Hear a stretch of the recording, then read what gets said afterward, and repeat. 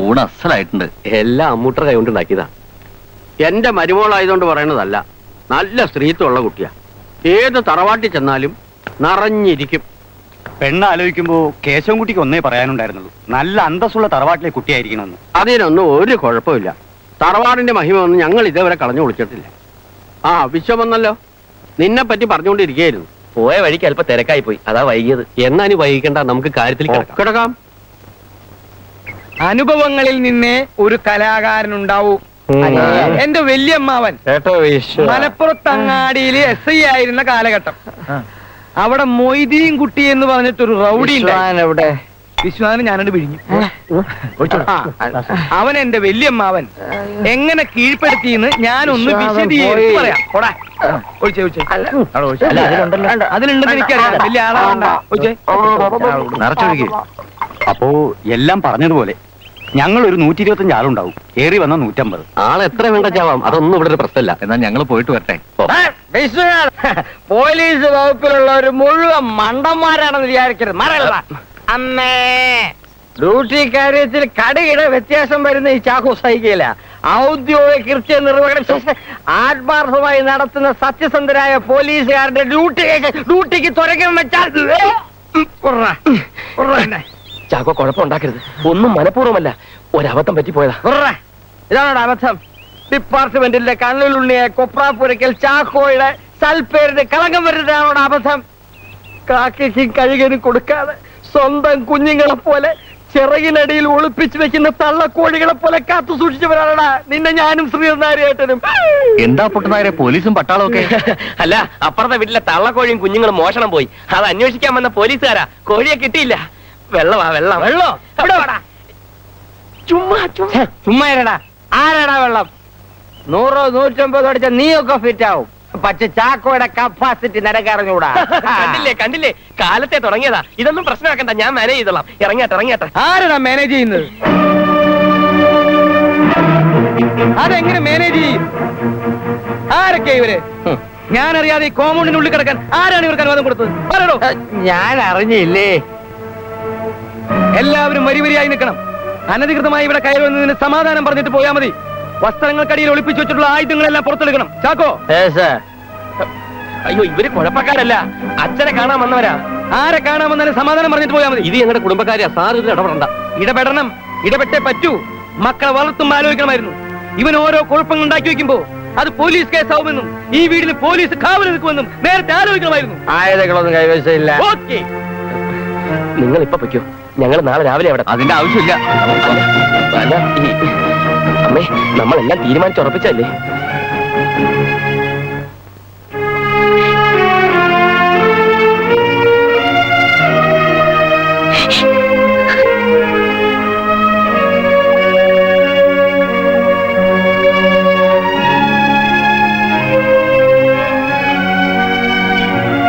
തൃപ്തിയായില്ലേ? ഈ കുടുംബം കുളം തോണ്ടിയാലേ നിങ്ങൾക്ക് സമാധാനമാവത്തുള്ളല്ലേ? തനിക്കറിയോ എത്ര ആലോചനകൾ വന്നിട്ടാ ഇതൊരെണ്ണം ശരിയായത്? എന്റെ അമ്മൂനൊരു നല്ല ജീവിതം എന്റെ ഏറ്റവും വലിയ സ്വപ്നമായിരുന്നു. ഒരു നിമിഷം കൊണ്ട് താനത് തകർത്തില്ലേ? അതിന് അവരെന്തിനു കുറ്റം പറയുന്നു? നീ ഒരുത്തം വരുത്തി വെച്ചതല്ലേ ഇതെല്ലാം?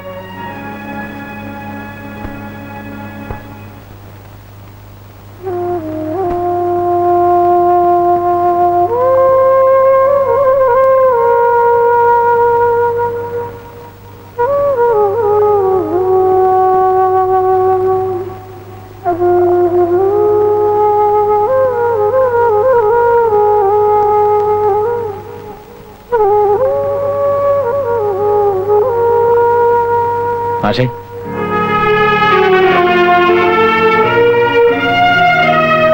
എല്ലാം ഞാൻ അറിഞ്ഞു. ഒക്കെ ശരിയാവും. എങ്ങനെ ശരിയാവാനാ വിജയ? പോലീസുകാർ കയറി ഇറങ്ങിയ വീട്ടിൽ നിന്ന് പെണ്ണന്വേഷിച്ച് ഇനി ആര് വരാനാ? പാവ അമ്മ. വയ്യ വിജയ, എന്ത് ചെയ്യണമെന്ന് എനിക്കൊരു എത്തും പിടിയും കിട്ടുന്നില്ല. ഞാനൊരു കാര്യം പറഞ്ഞ തെറ്റാണെങ്കിൽ മാഷൊന്നും കരുതരുത്. എന്താ? അമ്മക്കുട്ടിയെ എനിക്കിഷ്ടമാണ്. നിങ്ങൾക്കെല്ലാം സമ്മതമാണെങ്കിൽ ഞാൻ അവളെ വിവാഹം കഴിക്കാം.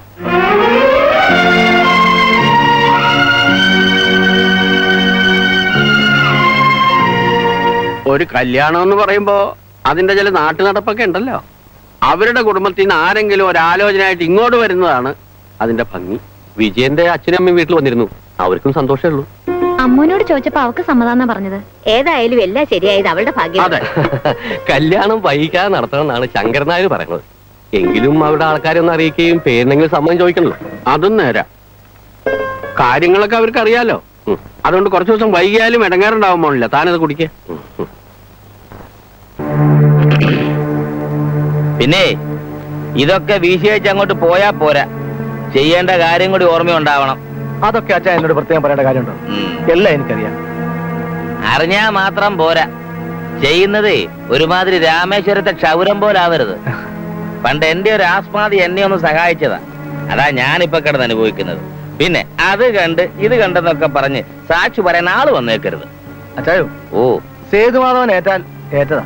എന്നാലേ വീശില് മതിയാക്കിയിട്ട് പോവാൻ നോക്ക്. എന്തെങ്കിലും ആവശ്യമുണ്ടെങ്കിൽ ജെഫ്രി അച്ഛനെയോ ജാഫറെയോ വിളിച്ചാ മതി. ആ ചെല്ല്, ഇരിക്കേ, അതും കൂടെ വീശിക്കും.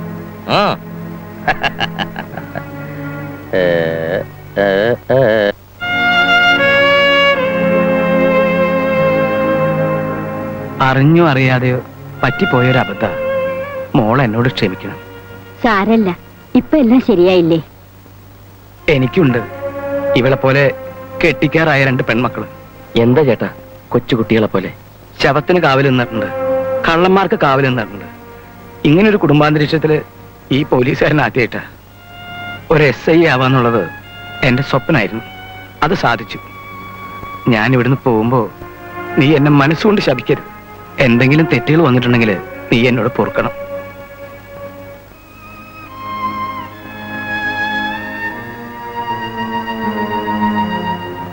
നിങ്ങളുടെ മകൻ വലിയ നിലയിലെത്തും, എന്റെ മനസ്സങ്ങനെ പറയണു. അമ്മുക്കുട്ടിയുടെ കല്യാണത്തിന് എന്നെ വിളിക്കണേ. ഞാനും കുടുംബവും ഇവിടെ ഉണ്ടാവും. സർ പെട്ടി. ചാക്കോ, റൂളും നിയമവും പറഞ്ഞ് ഇനിയും ഇവരെ ബുദ്ധിമുട്ടിക്കരുത്. ഇല്ല സർ. ഞാൻ വരട്ടെ.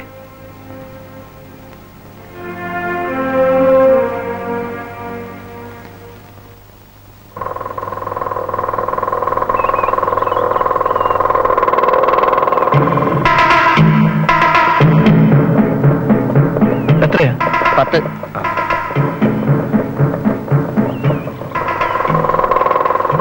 എന്താ? വാ വാ വാ വാ. സേതുമാധവൻ, ഞങ്ങൾ ഒരുമിച്ചൊരു സ്റ്റേഷനില്ല. ഇവിടെ ഡ്യൂട്ടിക്ക് വന്നതാ. നമസ്കാരം, കയറി വരൂ. അകത്തൊരു മുറിയുണ്ട്, അതിനപ്പുറത്താണ് എന്റെ മുറി. അടുക്കള ആ ഭാഗത്താണ്. കിടപ്പ് മുറിയിൽ 3 ജനലും 2 കതവുമുണ്ട്. അകത്ത് പോയി ചെക്ക് ചെയ്യാം. കാലത്ത് പത്രക്കാരൻ വരും, വല്ലപ്പോഴും കൂടി മീൻകാരി. ഇതാണ് ഈ വീടിന്റെ ഫുൾ ഡീറ്റെയിൽ. ഇന്ന് മീൻകാരി വന്നിരുന്നോ? ആ ഇതൊക്കെ എന്നോട് എന്തിനാ പറയുന്നേ? ഞാനൊരു പാവം പോലീസുകാരൻ, വയറ്റിപ്പിഴപ്പിന് വേണ്ടി വേഷം കിട്ടിയതാ. പിന്നെ ഇവിടെ വരുന്നവരുടെയും പോകുന്നവരുടെയും കണക്ക് ഞാൻ അറിഞ്ഞിട്ട് എന്ത് കാര്യം? പുതിയ കോൺസ്റ്റബിളാ, ശ്രീധരൻ നായർക്ക് പകരം വന്നാ. ഒരു 3 ചായ എടുക്ക, ഒരെണ്ണം നല്ല കടുപ്പത്തിൽ വെള്ളം കുറച്ച്. വേണ്ടമ്മേ, ഇപ്പൊ ചായ ഒന്നും വേണ്ട. ഇവിടെ അടുത്തെവിടെയാ ഹോട്ടലുള്ളത്?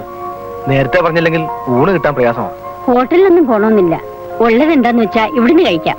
അയ്യോ, അത് നിങ്ങൾക്ക് ബുദ്ധിമുട്ടാവില്ലേ? ഹേയ്, ഒരു ബുദ്ധിമുട്ടില്ല അല്ലേ വിശ്വനാഥാ? സന്തോഷമേ ഉള്ളൂ. പാരേ, നീ ബുദ്ധിമുട്ട് എന്ന് പറയുന്നത് എന്തിനാ? ഞാൻ ഇവിടെ 4 നേരം സുഭിക്ഷമായിട്ട് ആഹാരം കഴിച്ചുകൊണ്ട് കിടക്കുക. നീ അത് ഇല്ലാതാക്കരുത്. നീ കേറി വാ, നമുക്ക് കൊയ്യാം.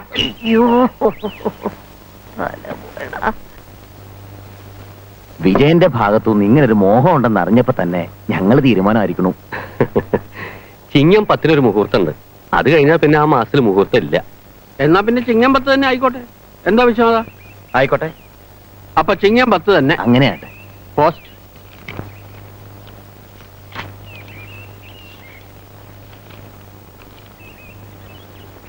ഞാൻ എഴുതിയ ബാങ്ക് ടെസ്റ്റ് ജയിച്ചു. ഇന്റർവ്യൂവിനുള്ള ലെറ്ററാ. എന്റെ തൃപ്പങ്ങോട്ടപ്പാ, എന്റെ പ്രാർത്ഥന ഫലിച്ചു. കാലം തെളിഞ്ഞു വെച്ചാ ഇങ്ങനെ ചില നിമിത്തങ്ങളൊക്കെ കണ്ടുകൊടുക്കും. ഒരു നല്ല കാര്യം കൊണ്ട് തീരുമാനിച്ചേ ഉള്ളൂ, അപ്പോഴേക്കും വന്നു കണ്ടോ ഒരു സന്തോഷ വാർത്ത.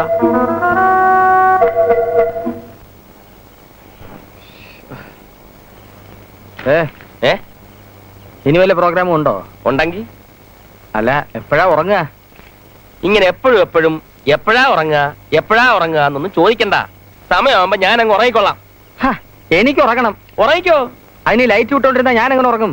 ദാ കണ്ണ് രണ്ടും ഇങ്ങനെ അടച്ച് പിടിച്ചങ്ങ് ഉറങ്ങിയാ മതി. ഹോ, എവിടുന്ന് കിട്ടിയെടുത്തോ. ചില നേരത്തെ ഈ ജോലി ഒരു കുരിശ. മനുഷ്യന് മനസ്സമാധാനോട്ട് ഉറങ്ങാൻ സാധിക്കുന്നില്ലെന്ന്. ചാക്കോയ്ക്ക് ഇപ്പൊ എന്ത് വേണം? എനിക്ക് ഉറങ്ങണം. അത്രയല്ലേ ഉള്ളൂ. ആ. ഉറങ്ങിക്കോ. വിശ്വാന്റെ കാര്യം ഞാൻ ഏറ്റു.